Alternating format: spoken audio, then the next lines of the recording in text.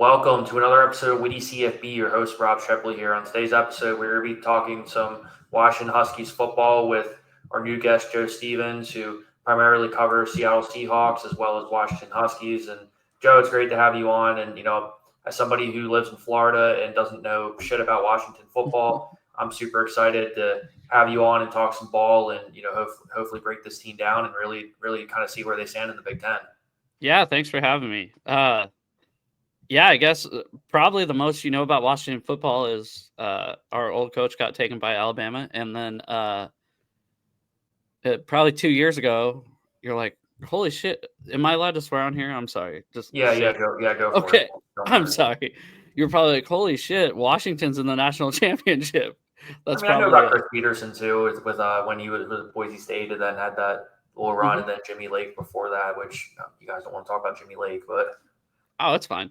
He's a great defensive coordinator. That's what kills me is I was one of the few that was like, not few. I was one of the majority where I'm like, it's fine. We have our next coach for the next 20 years. We're like, he's probably going to be the next Don James, win a national championship. No, he was not. He had an abrupt ending to his coaching tenure, grabbing a player by his face mask. I don't know if you remember that. That's why he got fired, basically. But all things happen for a reason. We got Kalen, and then he left. He went. I think I don't have the numbers in front of me, but it was like 23-3. I think was his record here. Maybe it was 24-3. Yeah, I don't know. Now we got the Fish. I don't know. Yeah, I was about to say, it's Washington's just such an intriguing program for me because, you remember all those years in the Pac-12 where they've never necessarily been historically a bad program. I mean, you can talk about, with, for example, back in 2008 when they went 0-12. But outside of that, again, that was almost 20 years ago. But you look at the past couple of stints and you talk about Kalen DeBoer and, how they made the national championship game. You can talk about, a couple seconds ago. So there's a lot of, consistency in terms of being a 7, 8, 9 win team. And now they're in the Big Ten and, expectations are tougher now. And you have Jedd Fisch going to his second year, 6-7 in his first year. And, I said this off camera, I'm a huge fan of him. And, just the dichotomy going from Arizona football where it was complete dumpster fire coming off a 12-game losing streak to now taking over a team where they just had national championship aspirations. So that's an incredible 180. But Joe, when you look at this Washington team, we can first start off offensively or just the program in general. What are that Husky fans should be on the lookout for? And, what are your overall expectations for them this year? Obviously, you guys, who I'm going to bring up first, Damon Williams. Yeah, absolutely.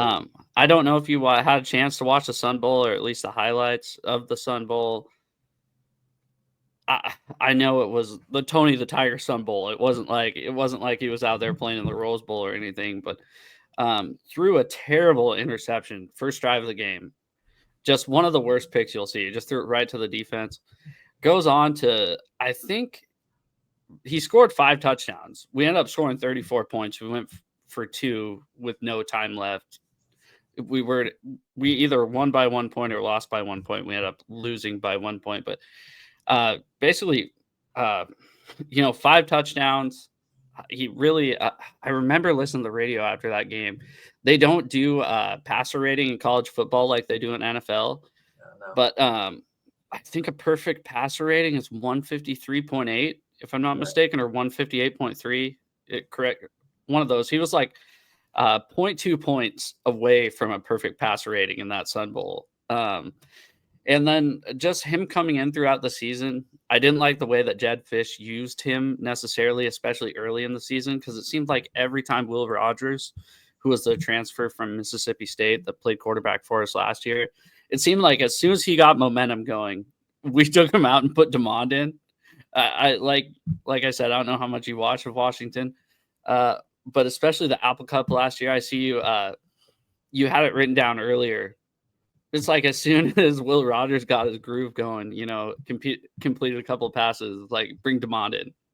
And I'm really excited for him. He is fast. I don't know how much you've watched of him. Like I said, he looks like Kyler Murray.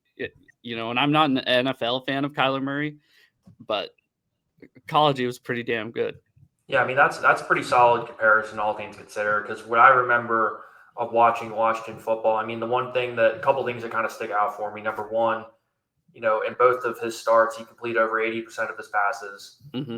And all things considered in those games, I mean, the offensive line definitely was struggling at times. So for him to kind of have that escapability and that athleticism, and to be able to kind of show that poise, and when he was actually a true freshman at the time, so to be able to kind of put that all together in such a hostile and pressured environment, yeah, I see why Jedd Fisch really really wants this kid, and I can see why they're going to run with it, because he definitely has all the raw talent to really kind of put it together.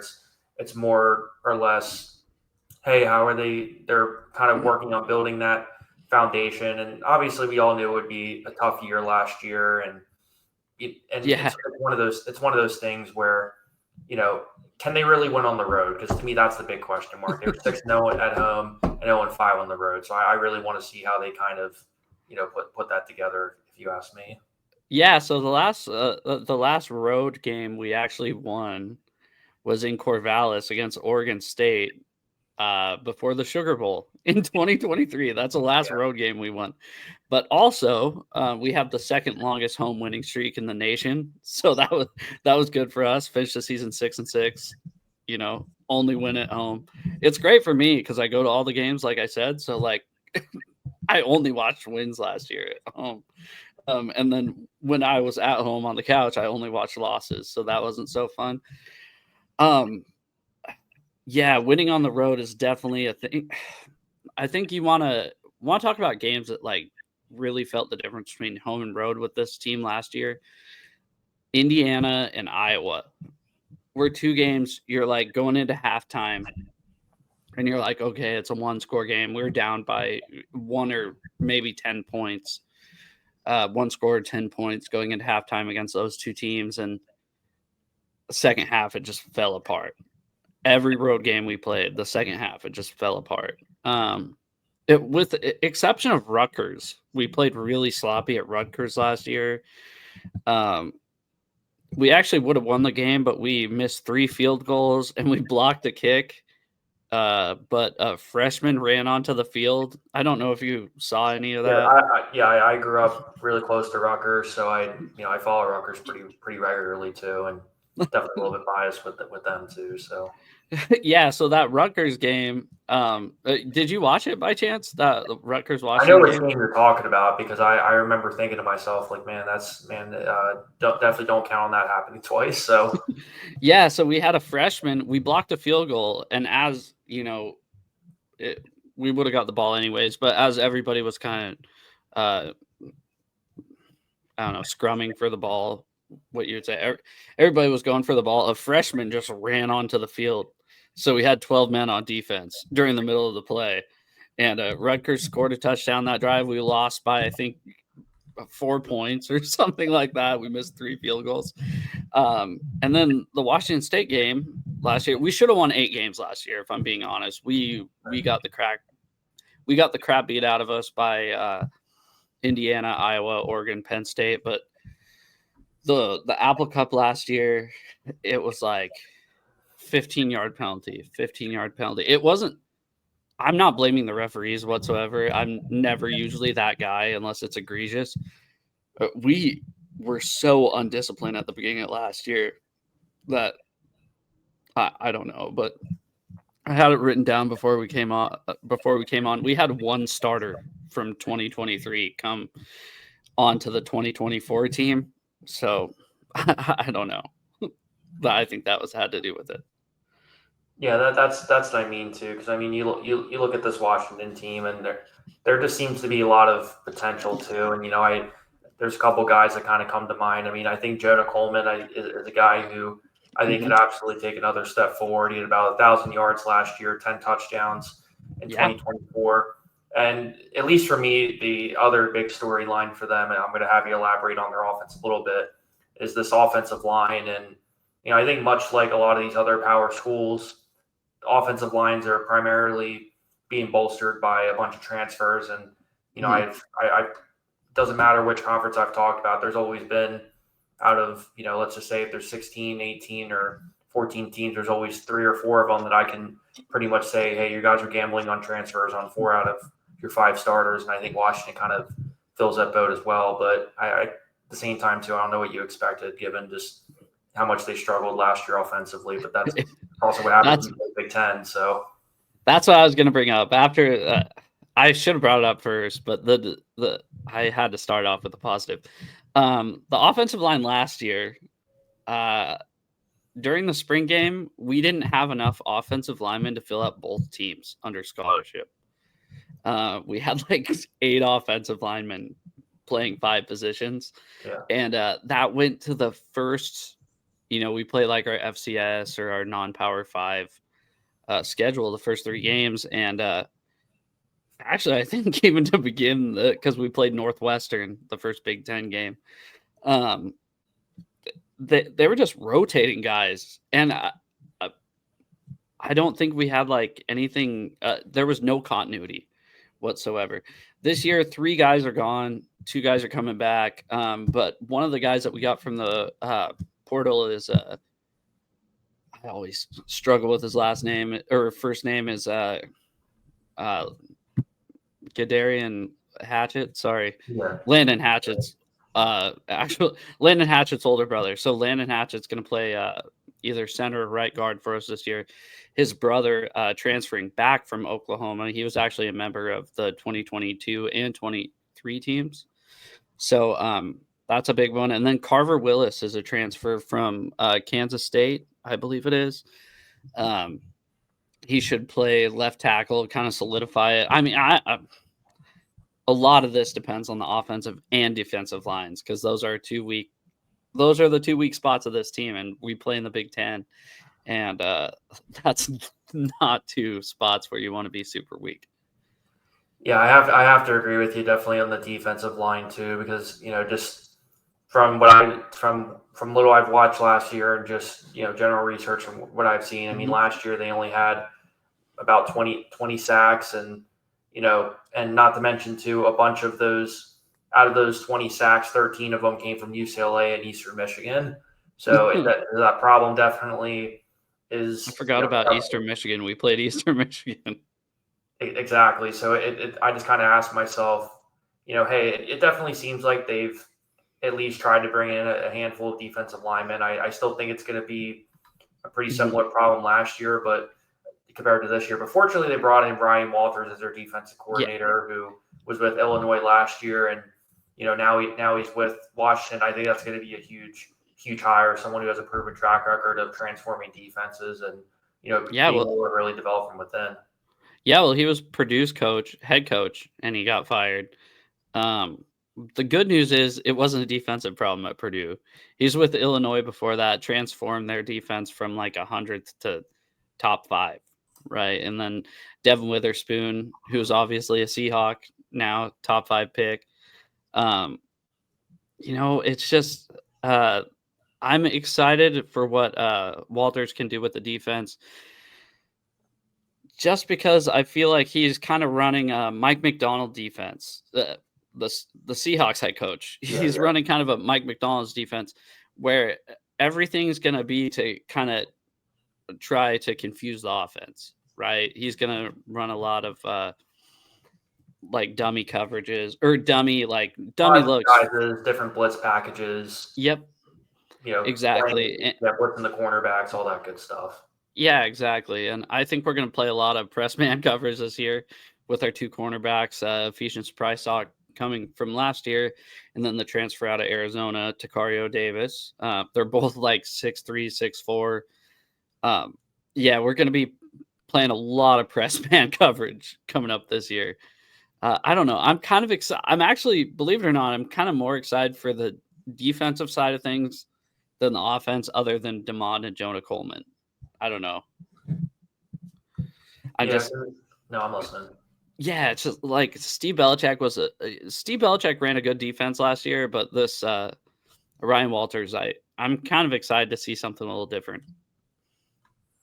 Yeah, because at the same time too, what's going to be, I think, different about this Washington team compared to years past, I think they're definitely going to have to rely on a lot more younger players this year. And granted, there's definitely going to be some balance with that, right? Because I would argue one of their other big challenges last year was, I think they played relatively undisciplined in a lot of critical Mm-hmm. moments as well. I mean, the stat I have here is they had almost 6 penalties a game, and you know when you Yeah. play again, you rattled off some teams like Iowa and Nebraska, and teams who were super disciplined. And I was the least penalized team in all of college football. So when you have those games and critical moments, that teams like Iowa are gonna smoke you no matter who their quarterback is.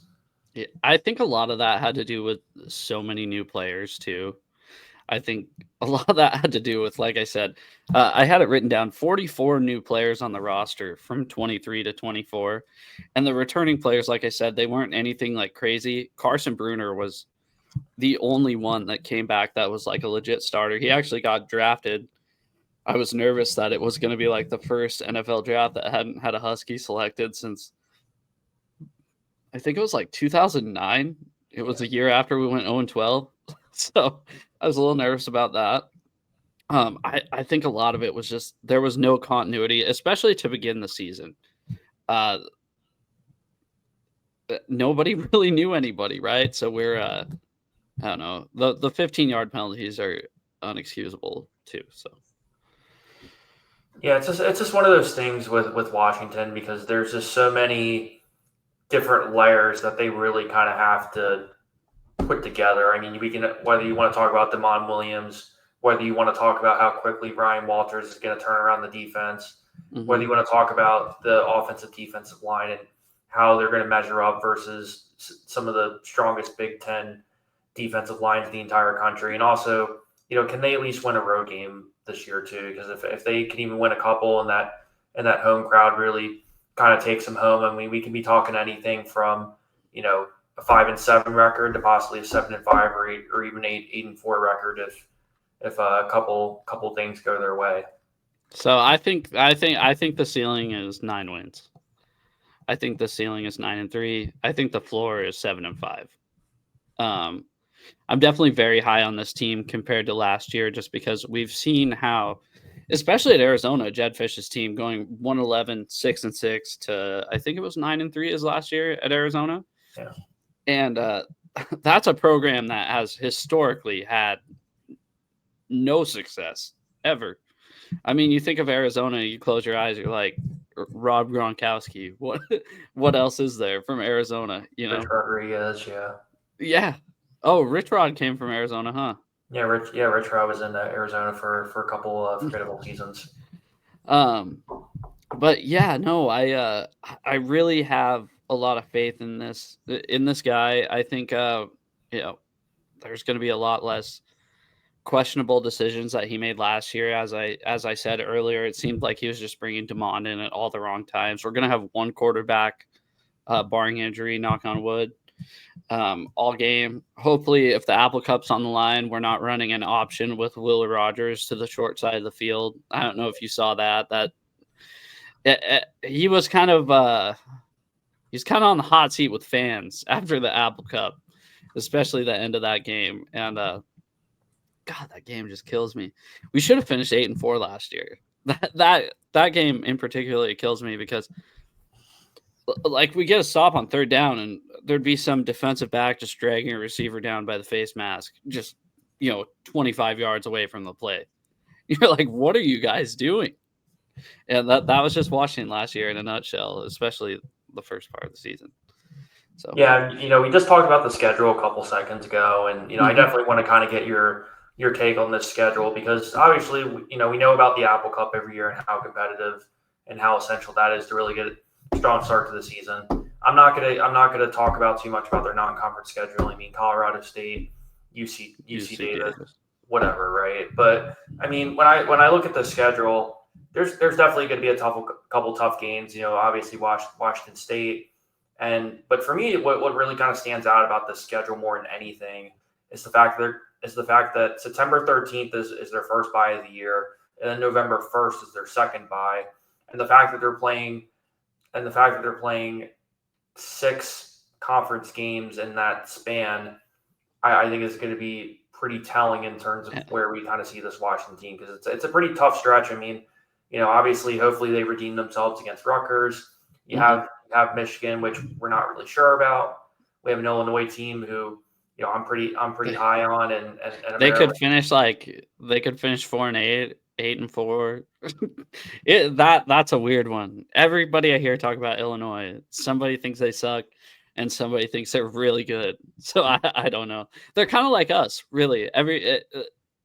You see Joel Klatt. He came on the radio today, or a couple days ago, I guess, and he was like, don't be surprised if you see Washington towards the end of the year make a playoff push, finishing 9-3, 10-2 even. And then you get other guys that have us finishing with 5 wins. And you're like, okay, this is I think it all kind of hinges on that offensive and defensive line. I really think that's going to be what sells it, and how many plays DeMond can make behind that offensive line. Yeah, because that's the thing too. I've kind of heard the same thing where it's almost like the Jekyll and Hyde effect.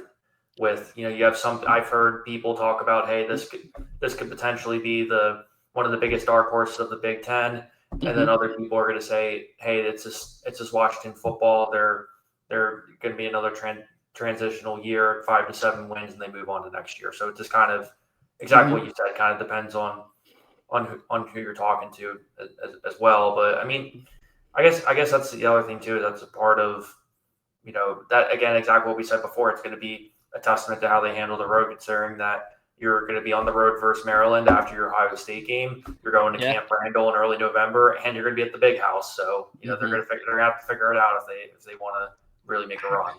The Michigan game is one I kind of have circled. Just for one, we beat them last year, but they couldn't pass the ball. I don't know if you knew that. They could only run the ball. They didn't know how to pass yet at that point of the season. I think they went through they started that Alex orgy in that game, and then they went to their backup, and he did a pretty good job compared to the starter. But one thing I'm excited about is that defensive coordinator, Ryan Walters, and his ability to confuse freshmen, because we're all assuming it's Underwood that's going to start for Michigan, right? I think Bryce Underwood's going to start over Mikey Keene. That's what I've heard from people too. That's kind of the only matchup where I'm like, ooh, I'd like to see the defense, just confuse the shit out of Michigan, especially in their house. That'd be sweet. And then upset of the year, I don't see us beating Ohio State. A lot of people, even national people, are like, watch out, because Ohio State, they're complaining about how hard it was to play in Oregon last year. Well, I hate Oregon. I'm sorry, but I think they're a more talented team than we are, and they just barely lost. So we got a tough place to play. Like I said, 20 wins in a row, second longest home winning streak in the nation. But I see us dropping that one. I don't really see a scenario where we take it. I could see us beating Oregon at the end of the year. I really could, especially if everybody stays healthy. Yeah, you definitely brought up a couple good points there. I mean, you brought up Ryan Walters a couple seconds ago. I mean, even he does have a connection to the Seattle area, particularly with his family. That's something that Jedd Fisch even said in his introductory conference when they hired Ryan Walters, and they brought in a couple other big key assistants as well. I mean, I remember Taylor Mays, for example. He's going to join. I was going to bring that up. I have his name circled. Yeah. Yeah, somewhat. Yeah, he was with I forget what team he played with in the NFL, but I'm pretty sure he was there at least as a backup guy. But I mean, the other thing I'll bring up too real quick is just the fact that this is more of a testament to Jedd Fisch and what they're doing as a football program. But I mean, you got to be pretty impressed with them as recruiting as well. Given hey, they're top 25 in recruiting right now. Let me see what the stat is. Yeah, 25th in 2025 compared to 48th in 2024, which is about 18% in state, and mainly commits. You have about 28 commits to 16 transfers. So I think it's definitely a really big positive that, yes, you're leaning in on the transfer portal a little bit when it comes to some of your immediate needs like the offensive line, but they're still being true to their word by bringing in a couple guys like Dylan Robinson, who's a cornerback, and what's his name, Chris Lawson, a wide receiver, just some other guys that they develop and don't necessarily need right away. Yeah, and Omari Evans, receiver as well from Penn State. I'm kind of excited for that one. Omari Evans is the spring game sucked because the only receivers that were playing were freshmen. It was like Rashid Williams was hurt, Kevin Green Jr. was hurt, Denzel Boston didn't play, and Denzel. Some people are saying he's going to be a first-round pick next year. I don't know if you've seen any of that. Our wide receiver #1. But yeah, no, I'm excited about a few transfers. Hopefully we don't see him, but Kai Horton, I don't know if you heard of him. He was Tulsa's quarterback last year. He's going to be our backup. Linebacker is where we really linebacker is one where we got Manu from Arizona. We got what's his name? Alakuda from Wazoo, and then Xavier Alexander from UCF. Excited for that linebacking room, especially.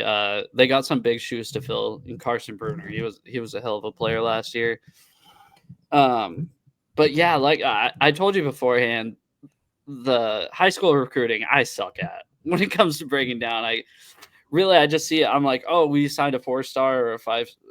Well, it's cool when we sign a 5-star. I actually forward that to people that I know, but right. I'm like, oh, cool, we signed this 4-star. he plays running back. My one of my friends was like, hey, did you see that 4-star running back we just landed? And I googled UW 4-star running back commit, and there was 2 of them. And I'm like, which one? I don't know. It seems like a lot of the time they don't work out, and sometimes it's a 2-star guy coming out of nowhere. Like Michael Penix was a 2-star guy. Obviously, he had a couple different landing spots before he got here, but I mean, it's like anything else. I mean, you're taking a gamble whether it's a portal guy or recruiting guys. You don't know if it's something to do with actually something on the football field compared to not doing what he should be doing in school, or he just doesn't give a damn. So I mean, it really just kind of depends on which perspective you're talking about too. But I mean, Washington would be a fun place to go to school if you ask me. So. Yeah, the weather's great. It's not too hot. It's not too cold. Western Washington. Eastern Washington sucks. Eastern Washington, it's really hot and really cold. But I was going to